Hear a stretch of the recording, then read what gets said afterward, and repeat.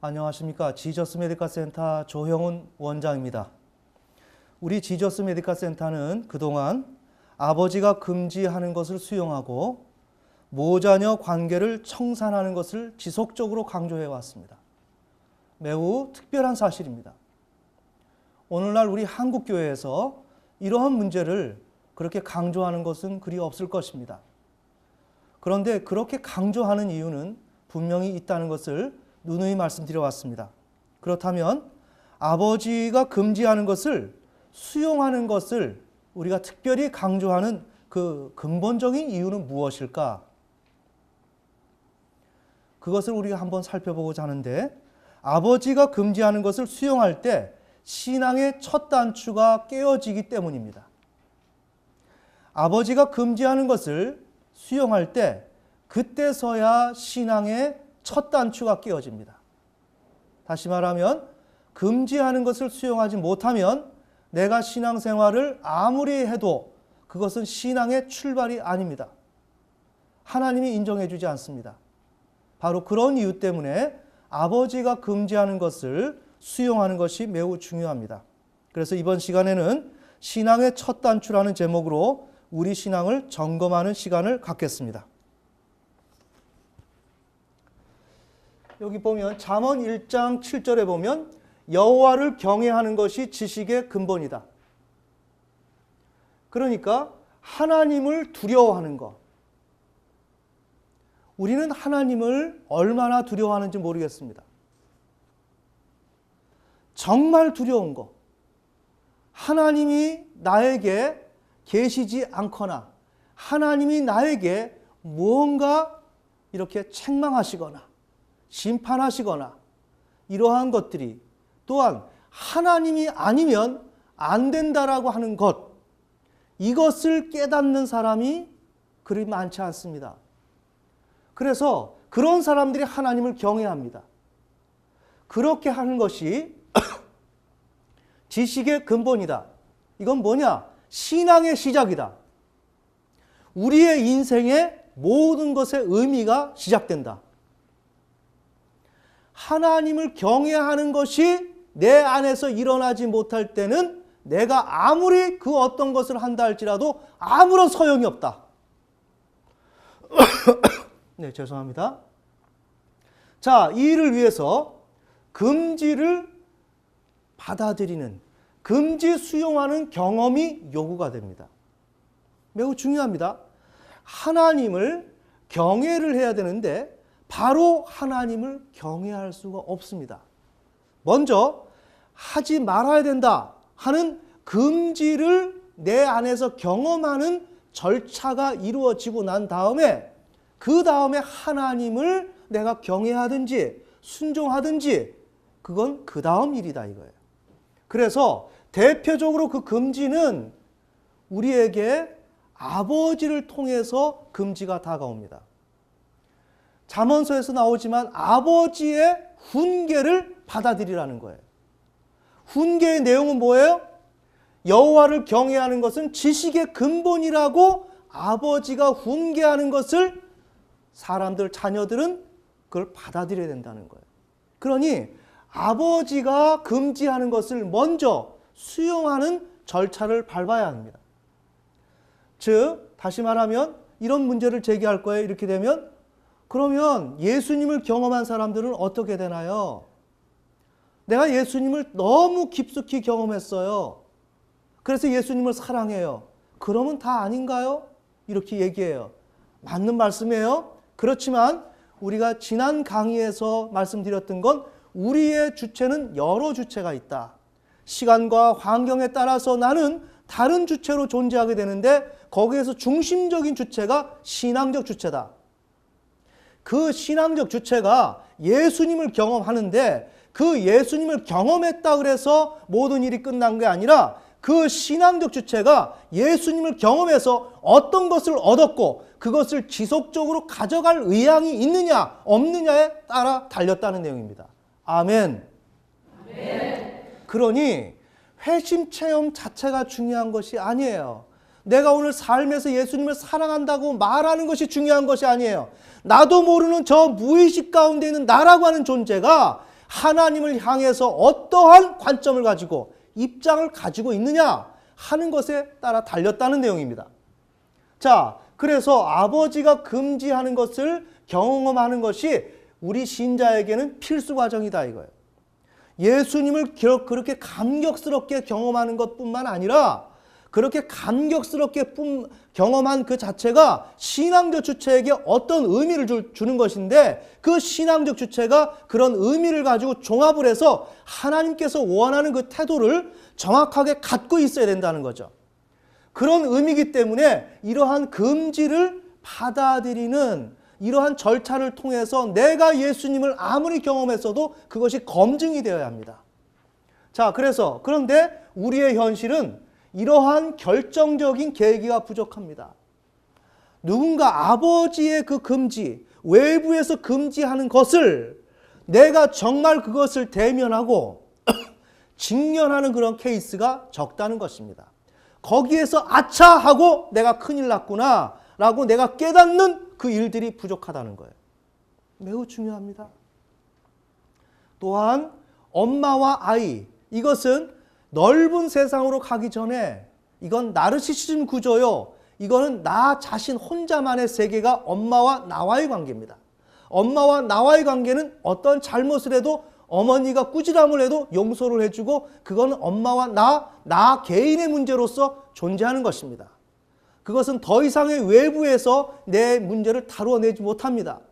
바로 이와 같이 그것은 바로 인간이 발달하는 그 과정 가운데서 미성숙한 단계, 원시적 단계를 이름하는 것입니다. 그러한 모자녀 융합 단계에 우리가 머물러 있고 그러다 보니 하나님을 경외할 수 있는 근거가 우리들에게 매우 부족하다. 자, 이런 사례를 하나 들어보겠습니다. 이 케이스는 남자입니다. 남자의 케이스인데 이게 남자, 어머니가 있죠. 어머니가 아버지에게, 자신의 남편에게 절대 타자를 투사합니다. 그러고 모든 것, 비가 오나 눈이 오나 어떤 일이 있어도 나는 행복해지고 싶다. 내 남편이 든든하게 나를 지켜주기를 원한다. 이런 마음으로 그러한 타자를 남편에게 자신도 모르게 집어넣고 남편을 그렇게 상대를 하죠. 그러나 남편은 실망을 시킵니다. 그러니 아내는 어떻게 합니까? 다시 대상을 자녀에게로 향하게 되죠. 이제 절대 타자를 자녀에게 넣을 수가 없습니다. 왜? 자녀는 자신을 지켜줄 수 있는 대상이 아니고 보호의 대상이기 때문에. 그러나 간단히 뭔가 하나를 일할 수 있는 것이 있는데 동일시할 수 있는 일은 있습니다. 아이가 나처럼 될 수 있는 가능성은 있습니다. 그래서 동일시를 합니다. 동일시를 하고 또한 이 아이를 의지해서 가능하다면 아이가 나에게 힘이 되어주기를 원합니다. 자, 우리 아이들이 공부를 잘하고 앞으로 출세를 잘한다면 무언가 꼭 자녀들의 덕을 보려고 하는 것은 아니지만 무언가 보람이 있죠. 힘이 나죠. 삶의 의미가 생기죠. 바로 이와 같이 이 아이가 아버지의 역할을 대신하게 되죠. 그러면서 이 아이는 어떻게 되죠? 엄마를 힘의 근원으로 인식을 하게 되죠. 하고 엄마에게 무언가 또한 힘이 되어 주려고 하죠.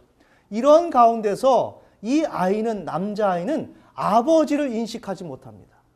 아버지가 주변에 있지만 아버지를 인식하지 못합니다. 오늘 우리의 가정 속에서 거의 여성, 엄마가 중심의 자리를 차지하고 있습니다. 특별히 요즘 시대에. 아버지는 외부에 나가서 일을 하지만 꾸지람 듣는 존재예요. 실수하는 사람이에요. 이러다 보니 아이가 누구에게 집중하느냐? 엄마예요. 오로지 엄마예요. 자, 바로 이와 같은 관계 속에서 아버지의 금지를 받아들일 수 있는 여지가 전혀 없다는 거죠. 자, 그렇게 되니 하나님을 경외할 수 있는 그러한 시작이 이루어지지 못한다. 이 사례는 제 사례입니다. 하나님의 뜻에 따라 동의하지 않고 이런 케이스는 어머니를 힘의 근원으로 인식하게 되는데 이렇게 되면 하나님을 경외할 수가 없습니다. 저는 최초에 이렇게 교회를 개척하고 나서 초기에 매우 저는 일 중독에 빠져 있었습니다. 어느 날인가 밤 12시가 넘었는데 제가 막 일을 하고 있는 거예요. 그런데 그때 문득 내 모습을 보면서 내가 왜 이렇게 일을 하지? 그런데 집에 가야 한다는 생각이 막 떠올랐어요.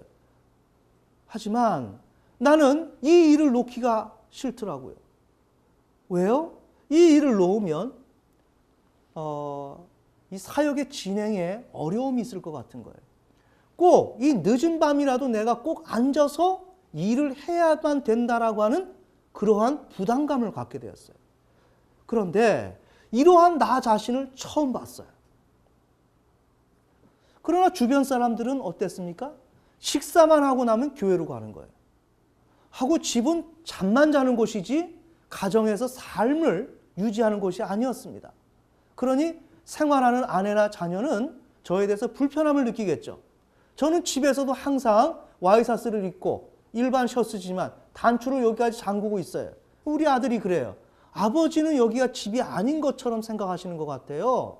우리 꼬마아이가. 그런 얘기를 했어요. 그래서 저는 집에 오면 불안했어요. 빨리 교회로 가서 일을 해야 된다는 거죠. 저는 일 중독에 있었어요. 왜요? 의존 욕구가 실패했기 때문에. 교회를 개척한 것은 내가 보호와 돌봄을 받을 수 없는 상태, 엄마의 돌봄을 받을 수 없는 상태, 거기에 실패했기 때문에 나 자신이 일을 해서 내가 의존 욕구를 취하지 못하는 것을 내 스스로가 그것을 만족시켜 주겠다. 이게 일 중독이에요. 자, 일 중독이 있었을 때 제가 처음으로 치료를 받았던 것이 게슈탈트 치료예요. 지금 이곳에 현재 있는 나를 느끼는 거예요. 어떠한 다른 어떤 개념을 다 걷어내고 오늘 이 시간에 내가 있는 나를 만나는 거예요. 그런 치료를 했는데 그때 하고 나서 제가 잊지 않는 것은 이렇게 지하철을 타느라고 상담이 끝나서 집으로 올 때 지하철역에서 이렇게 갈아타느라고 계단을 올라가는데 앞에 어떤 중년 아주머니가 걸어가는 거예요. 걸어가는데 그분이 어떤 형체인지도 몰라요. 근데 그 여성이 왠지 모르게 포근하게 느껴지더라고요.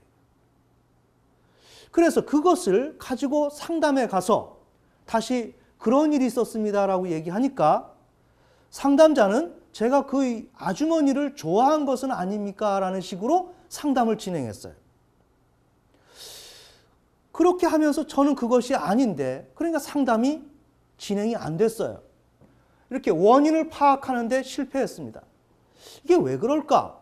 저는 이제 그런 문제를 제기를 했었죠. 그런 가운데서 저희 부부는 사모와 저는 매우 심각하게 갈등이 진행되고 있었습니다. 너무 심각하게 갈등이 심하게 됐고, 그래서 나는 이렇게 아내와 내가 왜 이렇게 갈등이 있을까? 도무지 어떤 개념화를 잡을 수가 없었어요. 그러면 그럴수록 아내는 저에게 지적이 많았습니다. 그런데 놀라운 것은 아내가 저에게 대해서 개선을 요구하고 이렇게 좀 해줬으면 좋겠다라고 할 때 그 내용이 저에겐 지적으로 다가오는 거예요. 그런데 그 지적으로 다가올 때 저는 안절부절하지 못했어요. 그것을 어떻게 다뤄야 될지 몰랐습니다. 이거 어떻게 생각하지? 이 문제를? 그러고 그것을 견뎌낼 수가 없었어요.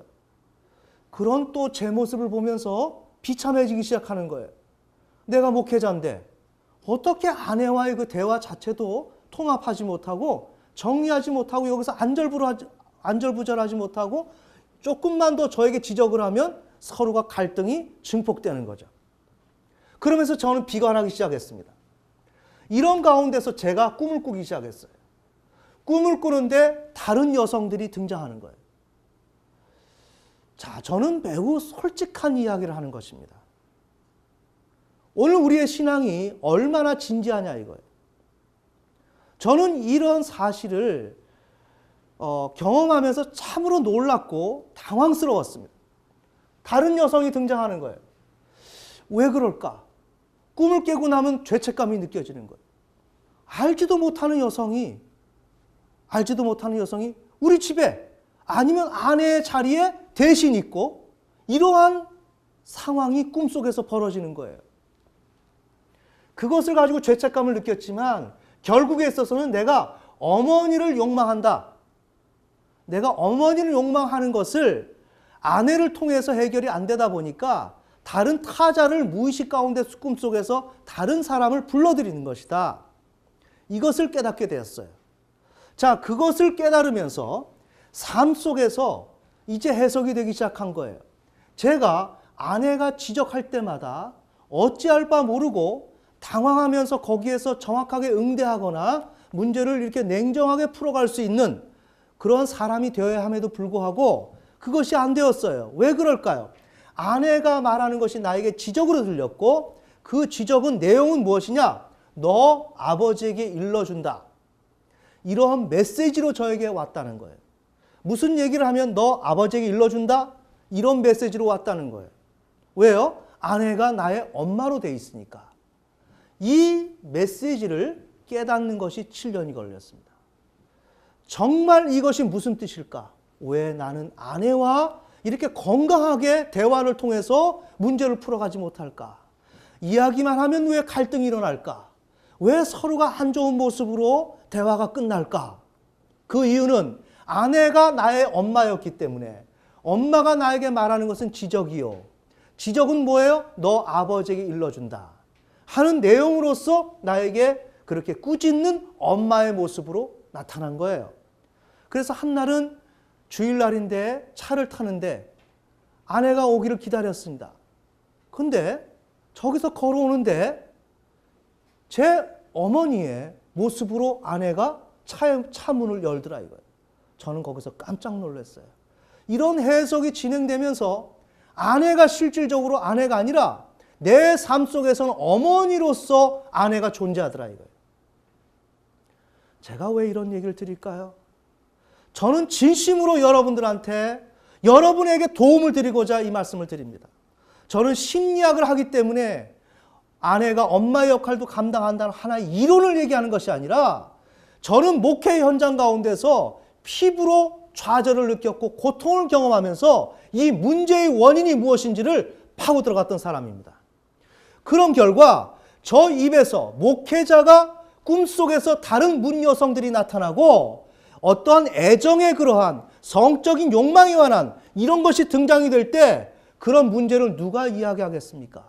하지만 이것이 오늘 우리 한국교회 문제입니다. 오늘 우리 한국교회 문제는 신자의 양육을 얘기하지만 목회자가 올바로 건강하게 세워져야 돼, 사역자가 세워져야 된다고 하지만 실은 그 이면에 이러한 문제들이 중핵으로 자리 잡고 있습니다. 이런 것이 자리 잡고 있을 때 어찌 이런 문제를 덮고 넘어갈 수가 있겠습니까? 하나님의 사람이라고 한다면, 정말 이것이 사실이라고 한다면 이것을 알리고 이것을 말을 해서 이것을 알아서 깨달아서 지금 고통을 당하고 있는 사람들이 있다면 그곳에서 빨리 벗어나올 수 있도록 해야 되지 않겠습니까? 아멘. 네. 이런 과정을 거치면서 드디어 아내가 나의 엄마다. 엄마의 역할하는 아내로서 존재한다는 것이 확실해지기 시작했어요. 그런데 이러한 일련의 과정을 거치면서 나중에는 어떤 일이 있느냐? 본 환상을 대면하게 됐습니다. 본 환상은 뭐냐? 우리에게 환상이 있는데 꿈으로도 환상이 나타나는데 그 환상을 지탱하는 가장 근본적인 핵심적인 원인으로서 작용하는 환상. 그 환상은 뭐였느냐? 어느 하나의 집이었고 화장실이 딸린 집이었어요. 그런데 그곳에서 어머니가 빨래를 빨고 있는 거예요. 빨래를 빨고 있는데 그 옆에 방이 딸렸는데 방에 어떤 여성이 옷을 하나도 안 입고 거기서 아주 세상 말로 말하면 흉측한 모습으로 아주 적나라한 모습으로 누워 있는 거예요. 그런데 제가 그곳에 있더라 이거예요. 그런데 제가 어머니를 계속 바라보는 거예요. 어머니를. 왜 봤을까요? 엄마, 이 모습을 좀 봐. 뭐예요? 전시하는 거죠. 지속적으로 엄마, 나는 당신을 욕망해요. 라는 이야기를 끊임없이 제가 주문하고 있었던 것이었습니다. 저는 그 꿈을 꾸고 나서 저는 화들짝 놀라서 깨었습니다. 이럴 수가 있는가? 어떻게 아들이 엄마를 욕망하지? 아들이 엄마를 의존한다는 것은 이해가 돼요. 이것을 바로 정신역동 치료에서는 바로 근친상간에 대한 개념이 부담스러워서 그것을 제해버리고 정신역동 치료에서는 그렇게 치료를 합니다. 그러나 정신분석 치료에서는 어떻게 됩니까? 성적인 문제가 들어갑니다. 그런데 프로이트 시대나 지금의 시대나 성의 문제가 대두가 되면 굉장히 부담스러워합니다. 근데 문제는 무엇입니까? 음란의 문제입니다. 이런 문제가 해결이 안 되다 보니 교회 가운데서 서로 간에 음욕을 갖고 목회자와 성도와 성도와 목회자와 성도와 성도, 이런 말도 안 되는 이런 관계들이 일어나고 있습니다. 그건 왜 그럴까요? 엄마를 욕망하고 있기 때문에, 아버지를 욕망하고 있기 때문에, 그 문제를 다루지 않다 보니까 이 시대가 온통 음란의 그러한 현상으로 빠져들고 말았습니다. 자, 이것을 대면하면서 어머니를 향한 욕망을 대면했고, 이렇게 되면서 어머니를 포기할 수 있는 가능성이 이제 시작된 거예요. 그렇겠죠? 내가 엄마를 욕망하고 있으니까. 이건 있을 수가 없는 일이에요. 그것을 깨닫고 저는 이제 이 자아는 깨달으면서 점차적으로 내려놓을 준비가 됐겠죠. 그때 그럼에도 불구하고 저는 아버지가 금지하는 것을 수용할 수 있는 상태는 아니었습니다. 제가 여기에서 엄마를 욕망하고 있는 것을 깨달았을 뿐, 아버지를 수용하지 않고 동의하지 않고 아버지가 말씀하시는 것, 이 세상이 말씀하는 것, 이 세상에서 어떤 윤리와 진리가 말하는 것, 타자가 말하는 것 전혀 개의치 못한다 이거예요. 엄마와 이자 관계에 있다 보면 타자가 안 보인다 이거예요. 이거는 오직 내 안에 갇혀있는 삶이라 이거예요. 아멘. 그래서 엄마를 향한 욕망을 내가 깨달았다 해서 아버지를 내가 수용하거나 동의하는 것은 아니에요. 자, 그런 상태였습니다. 그런 상태에서 저는 어떻게 했느냐? 내 힘으로, 내 능력으로 사역을 하려고 시도를 했습니다. 왜 그렇습니까? 아버지의 역할하는 하나님 아버지가 저에게, 사역자에게 말씀하시는 걸 듣지 않는 거예요. 저 혼자 고립되어서 내 생각에 갇혀서 오직 엄마만을 추구하면서 엄마의 품 안에서 안정감을 취하려고 하는 욕망뿐, 진정한 사역을 한다면 하나님 아버지의 말씀을 들어야 되는데 말씀을 들을 수 있는 조건이 전혀 없다 이거예요. 자, 이렇게 하나님 아버지와는 무관심하고 무관한 상태에 있었습니다. 그렇게 됨으로 인해서 사역은 실패와 진척이 되지 않았습니다. 이렇게 될 때 하나님께서 저에게 말씀해 주셨습니다.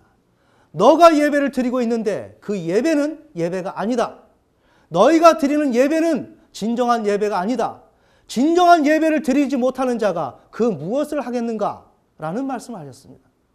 자, 오늘 우리는 예배를 드린다고 합니다. 저도 예배를 드린다고 그랬습니다.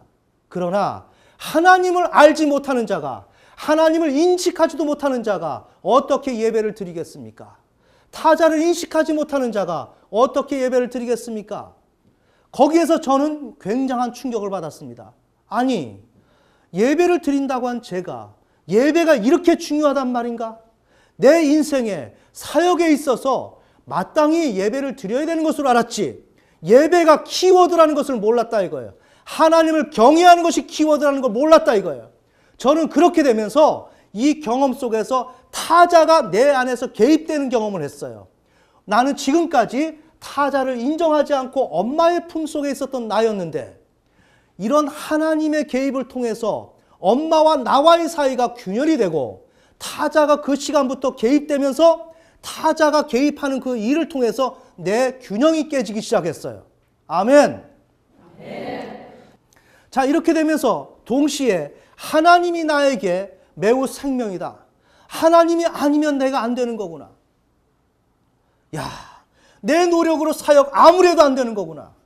이건 그동안에 말로 들었던 그런 내용이지, 이건 실질적으로 경험하다 보니까 이거는 그런 사실이 아니었어요.